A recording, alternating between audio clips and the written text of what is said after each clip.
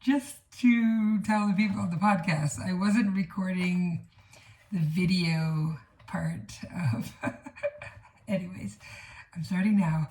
These are all my treats that I'm using for keto, and it helps me when I'm traveling. This bar is really great. I'm glad they have them in Whole Foods. I found it in Walmart in Arizona anyway. So this is good fats. This one is the coconut chocolate chip. I don't know what they did with the strawberry, but my sister had a strawberry one from Europe. That was really cool. But otherwise, there's mint, there's cookie dough, and there's, the chocolate mint. And there's probably peanut butter chocolate. And for the video, I'll just remind people, this was a keto version of the cookies from Lenny, what's their name? Lenny and Larry's. But mostly they have the protein cookie that's in all the stores. And it's okay. I prefer the ones from Quest. The carbs are quite low and the flavors are good. It's soft and it's good like a whole meal with a coffee or something. So this one is a chocolate chip. There's also double chocolate chip and snickerdoodle and a peanut butter one. But I'm always saying to avoid peanuts if you have any inflammatory issues with legumes. Oh, this one is very exciting. This is from Slim Fast, and Slim Fast has a keto line, which I'm super happy doesn't have sucralose in it. So if you do not like Splenda, and it's very good if you don't, because sucralose is the actual sugar substitute that Splenda is the brand name for, and it has a very poor reaction, or it causes your kidneys to do a lot of work to expel and process that sugar substitute. And unfortunately, Atkins has it in almost all of their things. A lot of the Quest bars also have sucralose in them, but there are some that don't. So I read labels like nobody's business, and sometimes I miss planes because I'm reading labels in the store, just trying to find something that meets all the criteria. And the ones that don't have it in them are sometimes in Target.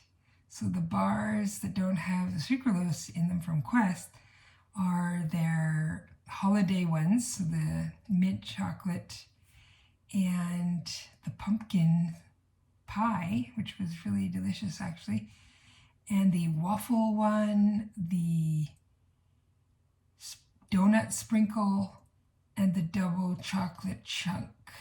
I think those are the main ones, but there might be others. If I can remember, I will tell you. But I do buy these things from Quest, even though the protein is like too high and the fat is not necessarily enough. But the carbs are low, and they are a good substitute if you're traveling and you're trying not to have temptation. So this is my recommendation for these things, not in your everyday life. Because in this morning, I just got up and had my celery juice, which is part of my routine. And half an hour after that, have my supplements and a bunch of different powders and drinks. And I'm taking amino acid, L-citrulline, Cardio Forte. These are all different powders to help with the hormonal system. And I don't know if I showed the Good Fats bar. I really love it. This one is in Whole Foods. I found this in Walmart. I found all of these in Walmart actually, so I don't know if that's in every Walmart, but in Walmart in Arizona, it's really great. And they also had the Slim Fast mint chocolate cups, like peanut butter cups, but they're mint. And those are really good. And then this one I ordered from Amazon, Biscotto. There's one left here. This is the almond, even though they all taste like almond because it's almond flour. But they taste a bit like almond liqueur or marzipan, which I really like that. And and they had a chocolate chip one, which I like because it had the crunch of the chocolate chips. And I haven't tried other ones, but that one reminds me of the texture. Whoops, the texture and everything of Fat Snacks, which is Snacks, S-N-A-X. And those ones are in Whole Foods also. So I don't know where else I've seen them. I might have seen them at Sprouts. Sprouts has a lot of things too. They have the Quest cookies for sure. Don't know about the Good Fats bars. I think so. I haven't seen these Bisquito ones, or Bisquito, keto, I guess. I haven't seen them before I found them online. Also the Naughty Bark, which I didn't show the video people. That one I found online because Amazon gave me suggestions when I was buying one thing. These are my favorites: lemon berry, peppermint bark, the almond, salted almond is pretty good. Flutter Nutter was okay. I'm not always recommending peanuts or cashews. And then there's cold brew, which if you like coffee taste, that's good, but I try to eat it in the morning. These were the kettle and fire soups, which I also found on Amazon. All the flavors. Spicy cauliflower, a little too spicy for me. Broccoli cheddar is quite delicious. Butter curry soup. And mushroom bisque. So mushroom was really neat just to have something creamy and mushroom that I can now have cream to some degree, especially if it's heavy cream. But when I was younger, I had a lot of problems with cow's milk products. And I said a whole story there on the podcast. Now, this is palmini. These ones are flat, and I'm gonna make a lasagna with those. And it's just hearts of palm chopped into very thin strips. This one is for linguine, and they are thinner. These ones are probably broader. Now, the thing I had with the kettle and fire soups, I have some problems with onions, and usually it's if onions are raw. So I've always had different stomach problems. It's partly why I've always been experimenting with foods and diets. And with keto, a lot of it has been helped.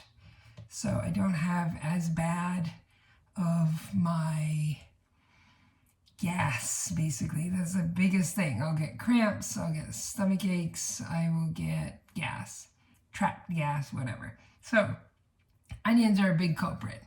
Ginger was too, but ginger is getting better.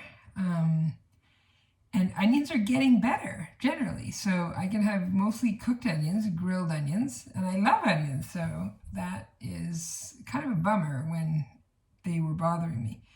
Now in these soups, there's a lot of, I have issues with them. So I don't know if there's a lot of onions or they weren't cooked or they're powdered or what, but I was getting too much gas and cramps from them. Now, kettle and fire makes the bone broth, and I have no problems with the bone broth. I also like the bone broth from Roly Roti, and you can get it at Costco. That's like the most gelatinous one that I've ever seen, for the chicken especially. And those ones are in Costco, and they also have a beef one. The beef is usually thin, so just so you're aware. Beef doesn't have as much of a gelatinous thing as the chicken. However, when I've made my own bone broth from beef oxtail, you get a lot of gelatin from that. So I'm not sure why it seems to always be so thin with these other ones. I guess it's not a fatty part of the bone, or there's not really much fat left. But when you cook the meat the first time in a slow cooker, or then in a pressure cooker, but then you let it cool, you'll get a lot of that jelly after. And the fat. You can take the fat out, but then you have gelatinous water. So that's how it goes. So these were some of the treats that I wanted to show. I'm not thinking of all the ones. Oh, I wanted to say, when I make my lasagna today, which I'm going to do, I use the Rouse RAO''S tomato sauce because they have the lowest carb content, and part of it is because they peel their tomatoes. So there's no added sugar, and this makes the tomato a lot less carb laden. So I noticed about peeling certain vegetables with all the research I've done with Dr. Gundry. Now, because I have had lots of digestive problems in my life, I've known a lot from Dr. Bernard Jensen and now in modern times, Dr. Gundry. So Dr. Gundry talks about lectins and the lectins in legumes. This is why I'm like suggesting people don't eat so many cashews and peanuts, and then also certain vegetables, peeling them and avoiding the seeds will actually make them less inflammatory. So peeling the tomatoes also, A, it makes it less inflammatory, and B, it makes it less carbs. So their tomato sauce, very good. Now I bought the Manchego cheese from Costco also, which is a sheep milk cheese. And I do to this day eat alternative milks as much as I can. So I have some goat cheese for the cottage cheesy part in the middle. And I have the Manchego cheese to shred as the topping. Now sometimes I'll still add a little mozzarella to it. Mozzarella is one of the least bothersome for me. But I know that mozzarella can never be raw. I learned this from the goat milk farmer at the farmer's market in San Mateo because of the nature of making mozzarella and the stretchiness you have to create. It actually does need to be heated more than making things raw. So if you do want raw milk cheeses, a lot of times they are there, especially in goat milk cheeses, and I still look for those. I get them in Sprouts, I get them in Whole Foods.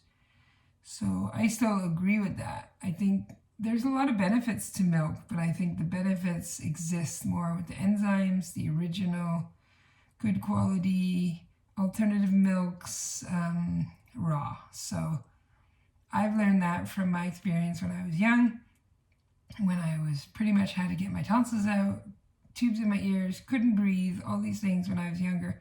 And I was even having less milk. I was having some cow's milk and then some Pro-Sobe, which was a lot of sugar in the soy milk at the time. They were in cans, but we really didn't have a lot of options in the 70s. So by the time the Tetra Pak of Eden Soy came out, that was like a really big lifesaver for our family. And eventually, we didn't really know all the issues with soy and some of the estrogens, but it was a very good product, actually. So most of my family doesn't actually drink milk all the time. In our cereal and everything, I like a nut milk. Now I eat almond milk. But Eden Soy changed the formula at one point. I remember my mom calling me up and being like, Eden Soy, changed the formula. New and improved. I was like, oh no, that's always bad. That ruins it every time. And then she said they changed the barley in it to wheat. And I was like, why? That makes no sense. Wheat is a well-known allergen. But I guess because of the barley being a gluten grain anyway, then people think, well, let's do the yummier one, which is wheat. But this is not actually true. So my mother was testing foods for many years. She was a registered nurse, and eventually she also went into alternative medicine, and she became a electronic homeopathist. And she could test, she could do with food testing and allergy testing, very detailed reactions with your body, like with a numeric board. And these were measuring the frequencies of how something was good for you or not good for you. And barley tends to be actually a really good grain for a lot of people. So I don't think it's often the gluten that's the real issue. Now, gluten is a lectin. That's something. But there's a lot of lectins that people don't even know about. Gluten became very famous because of the actual terrible reactions for celiacs, and more people becoming really intolerant to gluten things. Now, I think it has more to do with the ways that wheat is produced and overproduced and overhybridized, and so much of this happened to wheat, which is still the number one flour, number one grain, best baking thing. Like, I agree. I'm always a little bummed that I need to find all these substitutes, because using regular wheat flour or white flour made from wheat, it works so well. It's delicious. And unfortunately, it's just been a little bit destroyed. So I think that's what has caused a lot of these problems. Now, barley and rye, in my family, these were the super grains for us. So we would have this very dense pumpernickel rye bread from, I don't know, it's in most grocery stores, but it's like the European aisle kind of. So my parents are Dutch, and we've always had some of these things. So rye bread and things with barley tend to be pretty good, actually, for me still. Now, I'm trying to always keep the carbs down, so I don't necessarily want too much grains. But if I am going to have a grain, then I will try those other ones in small amounts. Now, where did I get onto this track? Oh yeah, the milks. So the milks, if you can find cheeses that are alternative, and they do have them, and raw sometimes, even in Costco, then that will be pretty helpful. So this was a very truthful episode. I am wearing some pajamas. It's pretty late in the day. I had another late night. I was driving to Phoenix yesterday, and I was like just hungry and emotional eating. I don't know how much is hunger. I don't know how much is emotional, but I think a lot is emotional, because when I have to drive and go do something and just be like, okay, I gotta do this, then I know I need food of some kind. So that's why I suggest, if you're like me, you're still working on the emotional eating, get some better, healthier substitutes just for the temptation, and it does make you full. It's not bad. It is processed, but when you're back at your home, try to make some meals with the vegetables and the fats and the proteins that are real. So that's a huge thing. So I did buy something from some convenience store, because it's just, if everything is closed, like you can't even get a protein style patty from In-N-Out, then the stores are terrible for what is available. That's why I would really like Lenny and Larry's to promote their other versions of their cookie instead of just the protein cookie, because the protein cookie, it's got a lot of carbohydrates.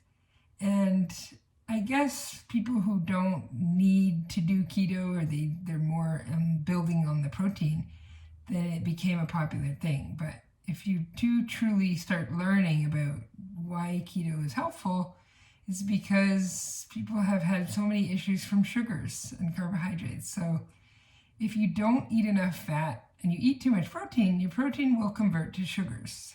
So it's not great to overdo it on the protein. Now, the other thing I'm saying, I'm in my pajamas, and I just wanted to be a bit truthful and kind of be like, the things that I want to talk about and help people with. Yes, I'm aspiring to a high bar, and something that I don't always do. I don't do all the spiritual things in the morning practice, which I would love to be doing, but I don't get to do them all the time. And especially if I'm traveling.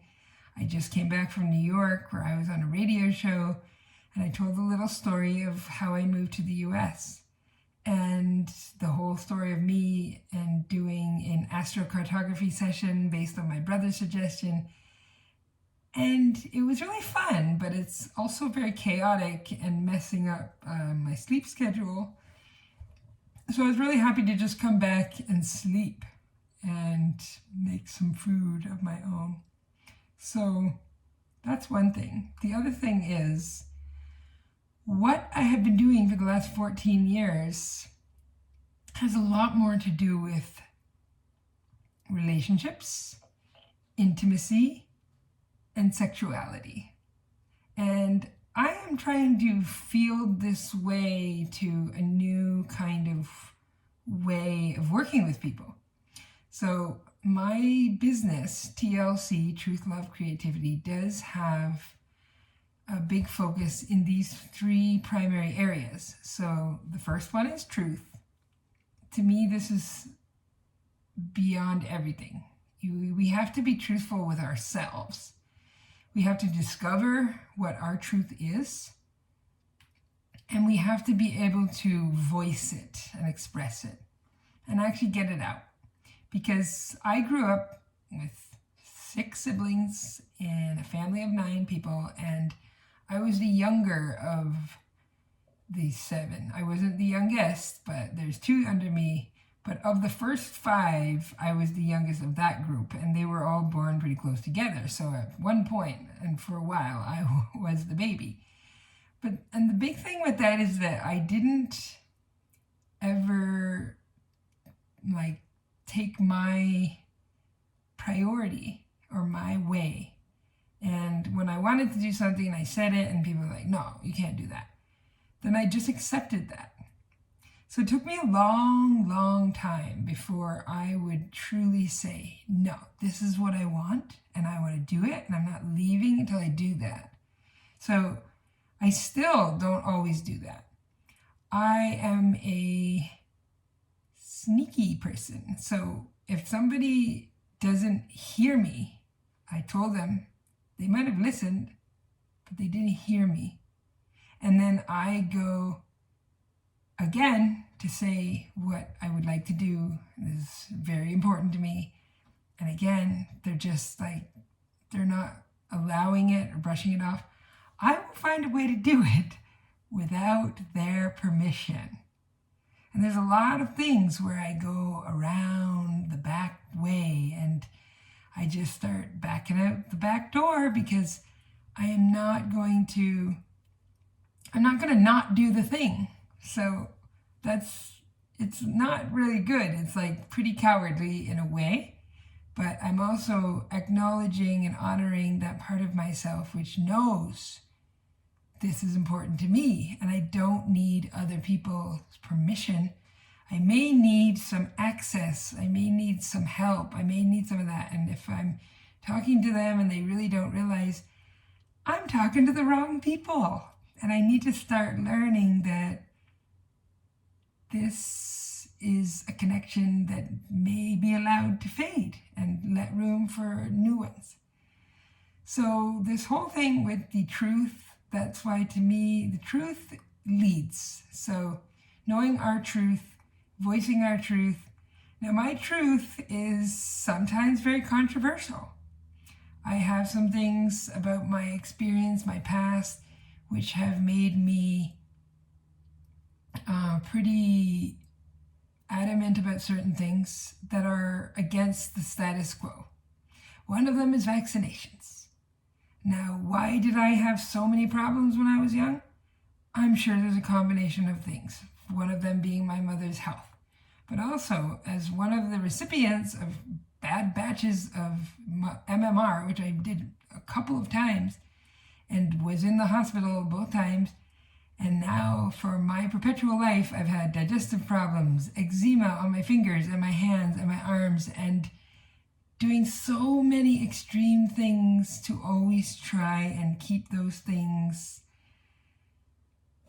at bay and not even fully clearing them up is partly because when an immune system is assaulted with chemicals in the beginning of your life, and there's some issue with your receptivity and your sensitivity, then you're just one of the unlucky ones, as they say. Now, I just try to educate people. I'm not anti things, but I am definitely for complete and utter truth and transparency. transparency, of course. So this may lose me followers, I don't know, but I just am a real advocate for a person's personal rights and a parent's personal rights. And I'm really, really sad and shocked and worried about what's going on in the United States right now with removing the waiver and all of these things. So my children are grown, and I'm just lucky and thanking my lucky stars that I was able to do what I did with them. They have certain vaccines, but they were much later. And my daughter, I don't know, she even has one, but she is like a beautiful, healthy girl, and I just don't believe it. I don't believe the scare tactics, the herd mentality, all of this stuff. So, if someone is sick around someone who is unvaccinated, please try to help yourself to be stronger. That's the entire goal of being a human being. Now, I believe that we are very strong people. Human beings are very strong. I believe in the body. I believe in the journey. And as much as I had problems, I never get sick now. Like, I'm never sick. I don't believe in being sick. And if there is a sickness, I am like, what else is going on? Because I do chakra work. So I know there's a relationship between every part of my life. So if I have a sore throat, it's something about what I'm eating, yes, but also environment, people around me. Am I not saying what I want to say? Am I very upset? Is this a really hard part of my life and path that I'm going into? I need to say something, but I really don't want to because it's hard. And I know that the reactions are very mixed. And the fear comes up. Fear comes up in my throat. Fear comes up at me. Fear in other people. And I've learned enough that I have this strength against fear. Like, I moved 2 times now, major moves. Move across to another country, across the entire country, and from east to west. Now I'm into a whole other state. I'm going to be alone. I'm not scared. This is not the thing. It's not about fear. It's about adventure. Like, I know I need these changes. And I'm just so blessed to be able to have done them. Now, there are people who are not happy that I did them. And sometimes there's fear in me about that. Because the thing that bothers me is fighting, argumentation. I like to keep the peace. I want people to like me. I want all those things. This is also from when I was young. And that leads me into the next part. The next part is about relationships. TLC. So L is love. Love is relationships. Love is the relationship to yourself. Love is the healing aspect of the heart. And the heart has the capacity to heal all. And when we can actually get to the point that it's not our ego, but the loving part of ourselves, then this is what it's all about. And loving myself has been one of the biggest challenges and journeys of all. And this is what I want to get people to do. Because if I can love myself, then I will keep strong boundaries. I will do what I know is right. I'll follow that intuition, which I didn't always believe, but I really know it's correct. And that part is sometimes ignored, again, because of fear and other people's opinions and all those things. And I can't truly love other people when I don't love myself, and then I'm coming at the relationship in a wrong way. Also, because I am such an intuitive and empath to some degree, which I never really acknowledged that or believed it, but I have a very reciprocal relationship with most people. So I am respectful enough that I will be not pushing someone further than they can go. However, if someone is never ready to open up, then I don't push them in that either.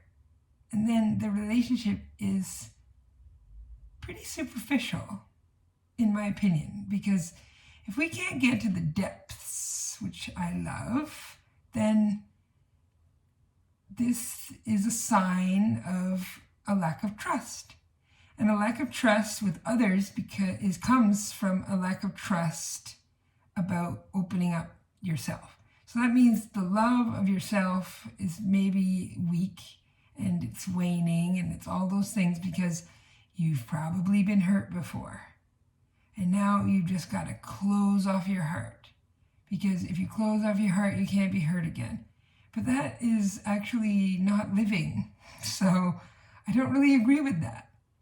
But I am trying to navigate this boundary and this road between trying to love people who cannot love back and trying to love people who are really close. So this is hard for me because I've been very codependent for a long time. I've been trying to make something happen when this will not happen on my schedule. It doesn't mean it will never happen. It just means it's not going to be on my timing. So I really need to get some distance. That's the move, because I needed some space. I needed to allow other people to live their lives, to grow at their own pace, not with all of my influence all the time. Now, the other complicated factor to all of this is the C in TLC. So TLC is truth, love, and creativity. Now, creativity is the sacral chakra. So this is your womb. This is your lower abdomen. It's the gonadal glands for men and women. These are procreative glands, and this is a creative chakra. Now, what is that related to? Creation of life. So it's related to sexuality.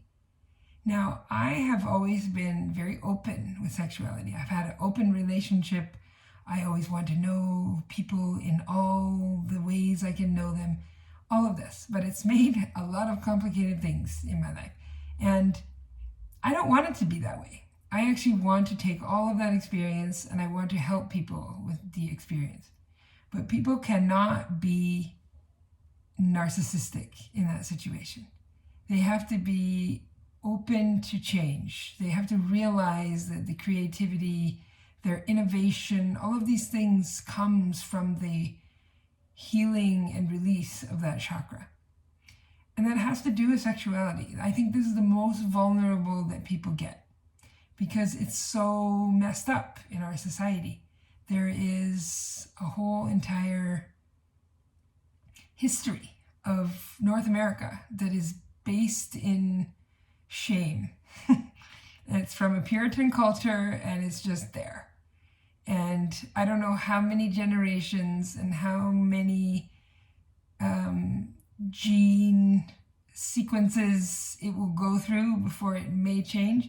But I think it will take a long time because of how we don't often heal it in our own generation. So there's still a lot of this is passed on. And I still think that people come to this earth and choose their parents and choose their lifetime and choose their time era and all that because of what they need to learn. So there's that. But I also think that it has to eventually get better and that we get more enlightened. And this is the ultimate goal for the collective consciousness and the earth and the planets in the universe.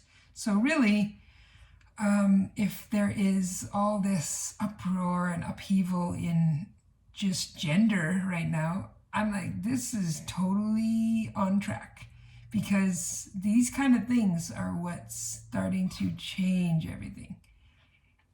The change is coming from within. People are feeling unrest with how it's been.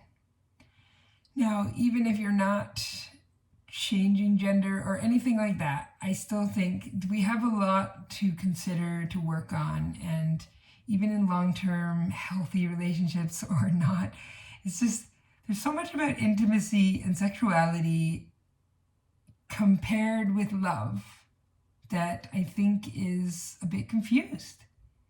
So I have had some experiences where these are somewhat separated, and some where they're completely connected, and some where there will always be some connection. I will never go into an intimate thing without a certain kind of respectful love for somebody, because that's just holding someone's vulnerability in your own heart and hands and like taking that with care.